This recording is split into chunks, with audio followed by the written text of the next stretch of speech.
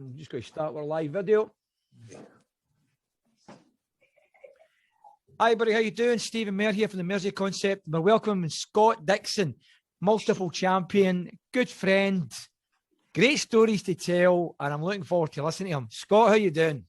I'm very well, thank you. How are you, Stephen? Okay? I'm okay, mate, considering, Good, I think we're sort of coming out of lockdown here a wee bit, mate, so what's it like with you, or what's it like there, the pandemic? Listen, it's still quite bad at the minute, We're on a second lockdown at the moment, but I don't know, I suppose this is a better place to be. Right.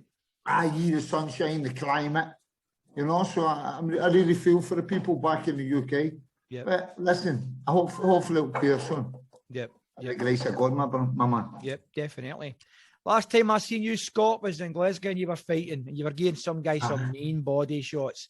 That's when Frankie O'Connor was fighting. When I can't remember the guy name you were fighting right enough. Oh, right, okay. Some nice big Alec Morrison shows, shots. That was a good one. Scott, what got you into boxing? What made Scott Dixon get into boxing? Well, we all know my famous grandfather, Toby Dixon, Dixon. God rest his soul, he passed away a few years back. But Toby had me into it for a young age, at 5 years old. I was going to the gym. The way my granddad worked, he had a wee gym in Hamilton. And I was there every day or going to different clubs, and visiting. So, he got me into it for a young age. And it was just part and parcel. Yep. It was just something that always intrigued me. I was boxing daft. I had my first amateur fight actually at 7 years old. Right. So I was 7 when I first done my first one. Yep. So and then the story began for there, really, Yep.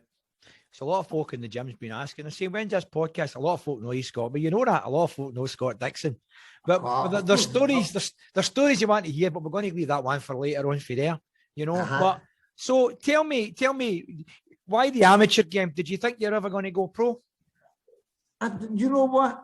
I went between the both. I played football and I boxed, but obviously Toby steered me more towards the boxing gyms, Yep. So it was just something that was ingrained in me, Stevie. Yep. Like I said, in the gym with my old grandfather every day. And like I said, my first fight when I was 7, I actually had 101 amateur fights before I was 17. Good. And then I turned pro at 17, Yep. You see, because, like back home, you can get caught up in that deprivation of society, the schemes and all that. They're quite rough and ready. So, there's 3 ways out back home, isn't there? One's football, boxing, I've been a gangster, a criminal, a face, Yep. And I went the boxing route, buddy.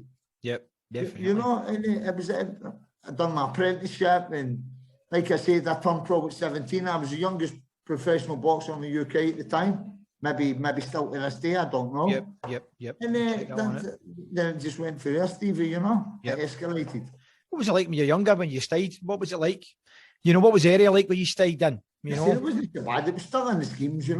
It was still Hamilton, a place called Edelwood, which is not so bad, It's like any other scheme. It's got a bit of character about it and the stories, We've got Andy Bell here saying Team Toby. We'll get Andy Bell. Team Toby. Yes. Everybody will get to see this, by the way. We're sorry how it's worked out this way with being live, but it will be fully edited and put up either the night or the morning for there. It's just the best way I could do it to bring some folk on board. But I saw what made the pro, what made it go into the pro then? What was it? Why pro? Why professional? Well, listen, it was quite unheard to turn pro at that age back then, 17, because, but fair enough, I had a very good amateur pedigree. 101 fights, something like 95 wins, which was good. I boxed for Hamilton ABC, I boxed for Blantyre, Sydney Street, York Hill, my granddad's old place. So, I like I said, I'd done my trade, Yep. So, and to be honest, at that age, I was starting to be a wee bit mischievous, I was starting to run about with the wrong boys and I think it was a save of grace. My granddad stepped in and he took me to big Alex Morrison. He sat me down in front of Alec and he went, "We're turning pro." I had no say in the matter. I'll be honest, Toby was straight. Toby raised me because my father wasn't there, but Toby raised me and he said, "We're turning pro, Alec." Alex says, "You sure, Toby?" He says, "Yep." So I think Big Alec put me up with Jim. I sparred with, I think it was James Murray, well, Jim Murray, God rest his soul, you know. Jim Murray, yep. I think it was wee Jim. And I made a good account of myself. And then, like I say, we turned pro for there. Yep. And then that my first pro fight was that fateful night when wee James passed away. I remember that. That was Friday the 13th of October, 1995. I'll never ever forget that date as long as I live, you know. Very well, man. And, Very you know, well. I'd seen Jim no long before that, mate. And I was doing pad work with Jim because he came down to Big Archie's because I boxed with Big Archie in Forswood ABC. That's another big Jim. He just and I've done a bit of pads with him, you know, blah blah blah. And little did I know that was the last time I was going to see him. You know what I mean? It's a shame, such a shame, such a shame, man. A waste of life. But how did you find it? Sorry, mate. On you go. I'm saying that was a young man who died in the pursuit of his dreams. You know, definitely. So definitely. it wasn't for nothing. You know? I know. How did you find the transition going from pro for amateur? Just jumping at the amateurs. It was kind of tough because I was always a mover. You know, my granddad always says I should have been a ballet dancer. The way I moved on my toes and evasive, and you know. So it was kicking into that. The pros were setting their feet and punching real hard. You could feel the shots cracking in then, you know. And obviously, my first couple of pro fights, I was fighting guys at 35, 40. I even fought a guy one night. I think it was Dean Bramald in Glasgow, Big Morrison's show. And his two sons were at ringside and were both older than me. You know what I mean? So, I mean, I was fighting men at a young age. Yep, definitely. But I had to learn fast. So by the time I was 21, I was an experienced professional. You know, I was already up about 20 fights, 19 unbeaten, something like that. Yep. So who would you say is the best coach you've been around? Apart from Toby, we'll leave Toby out here. Who would you say sort of been another drive for you in boxing out with Toby? Well, at the end of my career, before my bad accident in 2004, I was training in Las Vegas with Wayne McCulloch. And see if I'd have been with Wayne McCulloch maybe 10 years earlier. The pocket rocket, Wayne McCulloch. Man, I was there. What a fighter. But what a gentleman. I love Wayne dearly, you know. Yep. I'm very close friends with him and his wife and his daughter to this day. Yep. And I learned a lot. But if it had been, like I said, Steve, if it had been 10 years premature, you know, then we'd maybe broke into real world class again, you know? Yep. That was my only regret, but he was a great trainer. But my first pro trainer was Basher Conley, Big Alex trainer at Morrison's gym. Basher was a great trainer, you know? Yep. And then obviously I had some great time. I was in London with the famous Bowers brothers at the Peacock gym. Jimmy Tibbs. That's a gym that I always wanted to go and see, mate. Fantastic. Was the Peacock, you know, Jimmy Tibbs. That was. I wanted to do a tour of that, you know, the Peacock and Thomas à Becket. I don't know if that's still there now. You remember the Thomas à Becket as well? But I don't know if the Thomas à Becket's still there, Stevie. I don't know if that's still there or no, you know, but the Peacock's going strong, you know. Oh, Ben and everybody, everybody's all been down there, you know. They've all been down there. Hardy boys. Hardy boys, mate. Who's your hardest? Like I said, it was an education, you know. Yep. Who's your hardest spar been with? My hardest spar? Well, I was in Vegas 2003 and I was training with Wayne McCulloch and we got a phone call to go to Big Bear, California. So Wayne, we drove through the desert and Wayne wouldn't tell me who I was sparring with. So we got in the gym in Big Bear and I see Oscar De La Hoya warming up, throwing shots. Yep. And I'm going, fucking hell, Wayne, there's Oscar. He went, yeah, I know, you're sparring with him. So it was me, Yuri Boy Campos, Ro Marquez and Oscar. Marquez done the first four, done about 3 times with body shots. Then Yuri Boy Campos jumped in. He put done after 2 rounds. Yuri Boy's an old name. They're all boxing names for yesteryear, aren't they? They're brilliant fighters. This was my claim to fame because De La Hoya never put me down. I done a last 4 with Oscar. Right. And he never dropped me, but I couldn't see the punches coming, but I could hear them. You know what I mean? Yep. So see when I finished, I was like Chi-Chi the Panda. So we were driving back to Vegas. And I only knew I was back in Vegas when I could see the light through the slits of my eyes, you know? God. What an experience.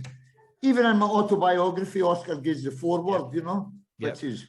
We're going to put a slot up about that as well. Anybody that's on here live, as I say, if you want to ask a question, I'm sorry the way it's worked out for you. If you want to ask Scott anything I'll relay the question to Scott for the absolutely no problem. We've got quite a lot of folk on here watching, mate. It's quite good. Just a pity we couldn't get it that way for there. It's different. It's new to me doing it that way. I'm always used to the Zoom way, you know, but we've got a lot of folk in here that's obviously listening in and watching it for there. But we're going to put that for there. But Oscar De La Hoya, what do you think of Oscar De La Hoya coming back? Why not? Never say never. I don't know. No, I probably, but I don't know. Mate, with me, it's just I think they should just stay there and that's it. But you know, it's this is it. People, you want to cement your legacy and keep it intact, right? Yeah. That's one thing we can say. You know, I mean, even if you go back to guys like Hopkins, Roy Jones, they kind of tarnished their legacy at the end. One question, Scott: Did De La Hoya take a dive to Hopkins? I think he was just overpowered, mate. Yep. I think it was just his weight class, buddy. Yeah. I think it was just the sheer strength. Teddy Atlas said when he banged on the canvas 3 times, it showed that there was nothing wrong with him. Because he wasn't in pain is what he put out there. You know, this is it. I know. So you're always going to get that in boxing, aren't you? Yeah, you're always going to get the ifs and the question marks, but Scott Dixon. Who is Scott Dixon? Who is Scott Dixon? Out with boxing. Why Malta? Why the move? Who is Scott Dixon? A few years ago, I probably couldn't have told you that or answered that question.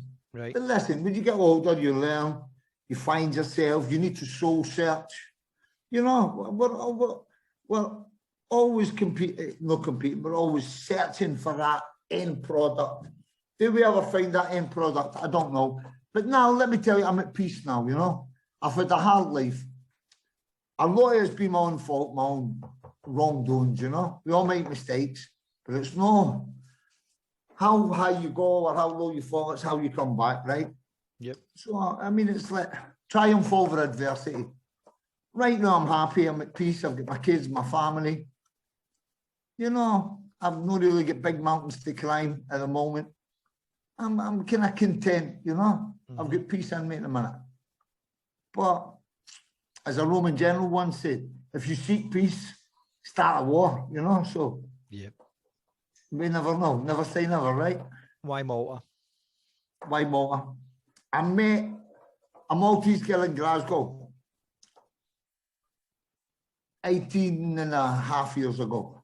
I was working security in a club in Shorlands, a pub in Shorlands, quite a rough wee place. And these 2 Maltese girls. I stayed 3 minutes away from there, mate. Is that right? Aye? I'm a Shaw's boy, aye. I stayed. All right, okay. I'm a Shaw's boy. I was just down the road for there, aye. Yep. No, it was we Alec McDonald's pub. Remember we Alec McDonald? He's involved in the boxing. No, I don't remember that name, no. His brother's Scotland amateur coach, Ian McDonald. So we Alec at the pub there. I was looking after the pub for him, then the security. 2 lasses came to the door. And we let them in for a last night. And, you know, they stayed for a few weeks. And I met this girl a few times. And she became pregnant. So I was in Denmark sparring with Tommy Damgaard before he fought Arturo Gatti. And I got a text message, I'm pregnant with your baby. And I was like, oh, here we go. So I told my manager phoned, found out the girl was pregnant. And we got them over when she had the kid, done the DNA, and I took responsibility like a real man would, you know? I'm not going to have a kid come into the world and don't know who his father is, you know? So then I just fancied a change of life, or I had my trials and my tribulations. So Malta was a new chapter in my book. Yep. That's what I thought. I thought I'll try something new, try something fresh. Yep. And now Malta's home for me. I love it. It's a fantastic place. You discussed a couple of things with me on the phone a couple of nights ago there, Scott, that I was just wondering if you wanted to discuss that or the podcast about a couple of wee things that you've been put through. Is that something you like to talk about? Oh, no bother, mate. Like I said, no punches shall be pulled, you know? Yep. I mean, I've been, obviously 2004, I was attacked, left for dead, you know? And I was a big game changer because up until then, life was going smooth. What I thought was smooth, you understand? Yep. And obviously I had these 3 pals, so-called pals. I had these ex-boxing managers that my contract had expired, Stevie. So what I done was I said, listen, my contract's done. Thank you for your time, your effort. We made a few quid, you know, with some memories. I mean, I'm going to go back down south to the Peacock. So then they proceeded to tell me, listen, Scott, if you leave us, you'll not fight again. I said, what? I said, go fuck yourself. Excuse my French. I says, I'm a fighter, not a gangster. Trap it at that. Anyway, 3 days later, I'm putting my car in the garage in my hometown in Hamilton. And my 3 pals, I see them in the car behind me coming up, but we'd arranged to meet, you know. So I turn around, I went, give me 2 minutes. Next minute, bang, baseball bat off the side of the head. Next thing I know, I'm rolling in and out of conscience. And I'm in the back of the car. They're stabbing me, they're hitting me with hammers. They get to the countryside, up the Striving Road, up Mutton Hallway. And they managed to get me out of the car. So I think, listen, Scott's never. But I was in shock, see, because, see, when your pals are doing this to you, you can't believe it. It was a shock. I think it was another 3 Muppets. I would had a real dash, you know. It was like my heart was broken, Stevie. That these 3 fucking duds were doing this to me, you know. And anyway, I got shot twice, stabbed 18 times, 2 broken legs, 2 broken arms, fractured skull, stabbed through the hands, stabbed through the feet. Proper execution job. In the end, I was on my back, and they were hitting me with a claw hammer. And I went, fuck it, Scott, play dead. So I rolled over and closed my eyes.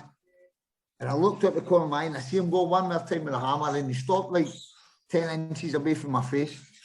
Anyway, they jumped in the car and I heard them say, the bastard's dead. They drove away. So as they drove away, I opened my eyes and I'm thinking, what am I going to do? How am I going to get out of here? So I'm stuck in the field, Steve, in the middle of nowhere. So I tried to stand up. I could get on my feet, but then see, as soon as I took a step, I would fall over because everything was broken. So I panicked. I'd done it about 3-4 times trying to stand up. It wasn't happening. So I started crawling on my hands and knees, you know, taking all the skin off my knees and my elbows, crawling along a country road. And but I kept kind of dozing off, you know, and then waking up again. And then I heard a voice in my head say, sing. No, I couldn't remember any songs, Stevie. But I hear this voice strong in my head, sing, sing. And it must have been the Almighty, you know.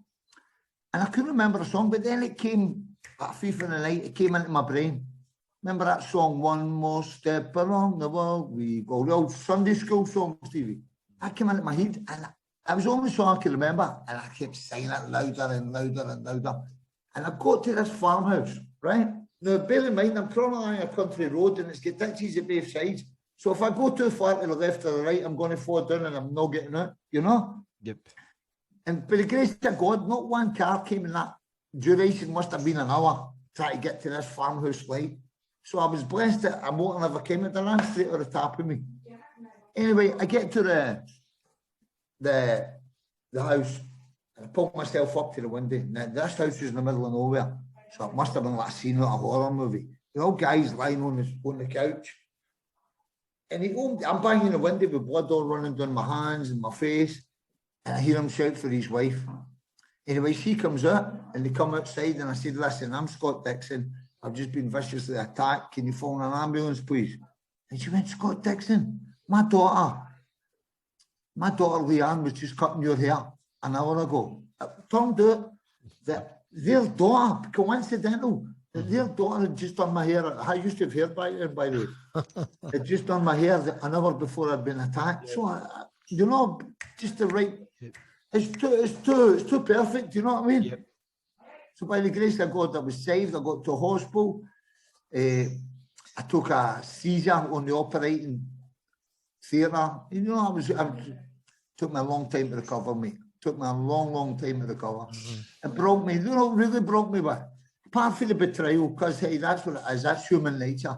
Be in the world, but not of the world, the Bible tells you. It's like my boxing career, that was it, finished. Yep. All that work that I'd done all my life, that was it, finished. Yep. So I thought, I'm never going to box again. That's what killed me more, you know what I mean? Yep. Anything else I can deal with, but that was just an absolute kick in the bollocks. But big time. So then, I mean, that was 2004. How did you feel coming back?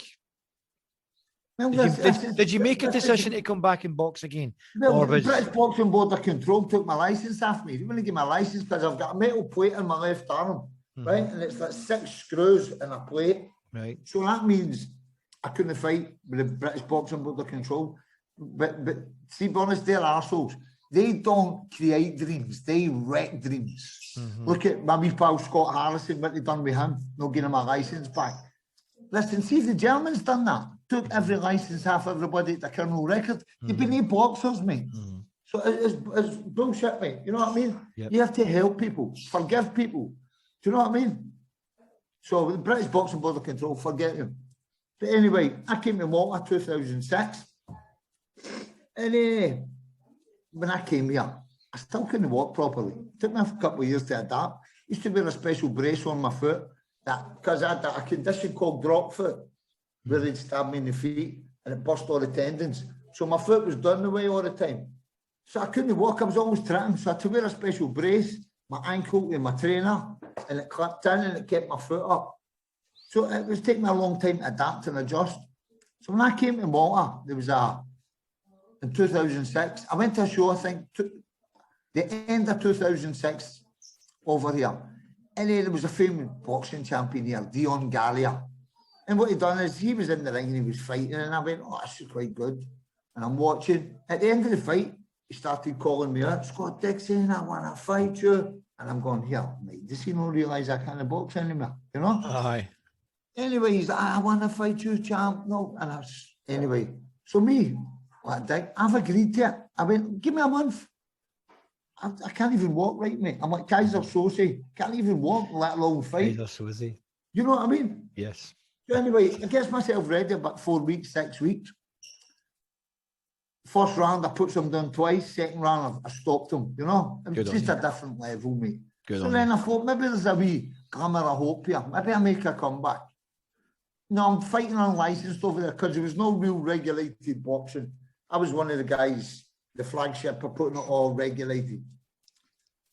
So I've done about 30, 40 unlicensed fights. So you're fighting all comers, all different weights. Wasn't caring, just enjoying my life again, boxing. Yep. No for the real prestige where I really belonged, you know, at that top level. But I was still enjoying it, Steve. It gave me a purpose again, mate. I was reignited, you know. Yep. So in 2011, I was speaking to a guy online called Torsten Neil. He's a boxing fan. But he's actually the president of WBU. So he messaged me and he went, champ, I used to love watching your fights. You were so exciting against Jamie Moore, Derek Roach. He went, listen, why don't you fight anymore? I said, listen, buddy, I can't get a license. He says, I'm the president of WBU, the German Boxing Association. He says, I'll get you a license. He sent me a license in the post. Took about 3 days. So I said, listen, could you get me a fight, a warm-up fight? He phones me the next day. You want to fight? I went, yeah, no problem. Who you got for me? He said, you want to fight for the WBU Super Middleweight Championship of the world? Yeah, it's good. I went, what? I said, listen, I've been fighting unlicensed, and you know. So I fought a guy called Baker Baraka, 52 fights, 46 wins, 38 knockouts, good super middleweight. He actually fought George Groves, decent fighter. And he came to Malta and I won another world title. I won unanimous over 12. So I mean, that's why I say to people, it doesn't matter if you go down, you can always find a way to get back, you know? Yep. You need to keep punching, you cannot give up. You know, there's a success story in everybody. Do you think you became a more spiritual person, Scott, after what happened, or have you always been that way? Listen, see, but I knew who Jesus was before. Right. When I went to London, I was training with Jimmy Tibbs, right? And Jimmy was always preaching the gospel to me. So I went to London 1999 with the Bowers brothers. Some of the old faces for London. I went with Freddie Foreman, Tommy Wisby, the great train robber, the Bowers boys, Cass Pennant, the football hooligan, Big Frank Bruno was with. We were all, and out in the Jolly Boys out, we were all there, my granddad Toby. We dressed Toby up in the Union Jack suit. Frank Maloney used to wear. That's right, on that, didn't we? That's right. So he loved it, Toby. Brilliant. So we were over there, and we're walking on Broadway going to Lewis Holyfield at the Garden. And I was looking across the street. This is how it all came about, Stevie. I was looking across the street and I seen a guy dressed the image of Christ. Again, this was all in my book, so I have a real good read. Yep. And it was like a guy standing at the walkway, but he was dressed up as Jesus, this guy. And what's the first thing you say to yourself? I say, this guy's not right. He's escaped from a mental asylum. And I'm looking at my pals and they're not looking at me. They're going, Scott, who are you looking at? I mean, you see that guy dressed up, but they can't see him. They can't see him. And I'm looking. Anyway, I look back and he's disappeared. I went, where'd that guy go? Anyway, they said, Scott, you got as if you've seen a ghost. I went, something like that. So I'm walking down about 20 yards. I stop, my feet stop, and I look to my left and I see a shop, a t-shirt shop in the window. Remember the old Pepsi logo? Pepsi, the choice of all generations. Yes. Yep. See Jesus on the t-shirt, the choice of all generations. So I get in the shop and I buy the t-shirt. I put it inside my suit jacket, and we go to the garden. Obviously, that's the fight. It was a draw with Holyfield and Lewis. Anyway, I'm back in the gym a week later in London, Peacock. And Jimmy Tibbs is watching me training. And he went, Scott, I went, tell me, Jimmy. He went, Scott, you found Jesus? I went, Jimmy, I didn't know I was supposed to be looking for him. He said, well, I think he found you. Anyway, Jimmy sat me down and he started preaching the gospel to me. He started taking me on a Sunday. I go with Jimmy, we go to gospel church. And I knew the word, you know.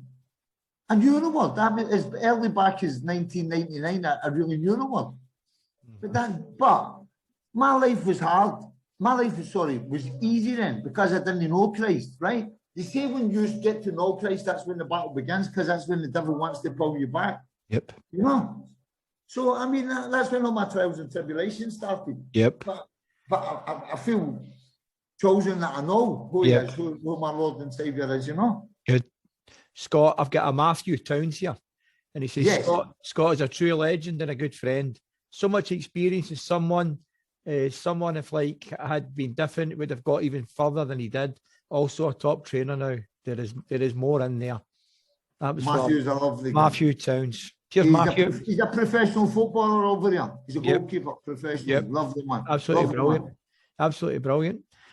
So what's happening? I mean, is boxing, are you still boxing? Is boxing still gone or is it finished now? What's happening with boxing? Obviously, because of the pandemic, the shows are on hold at the minute.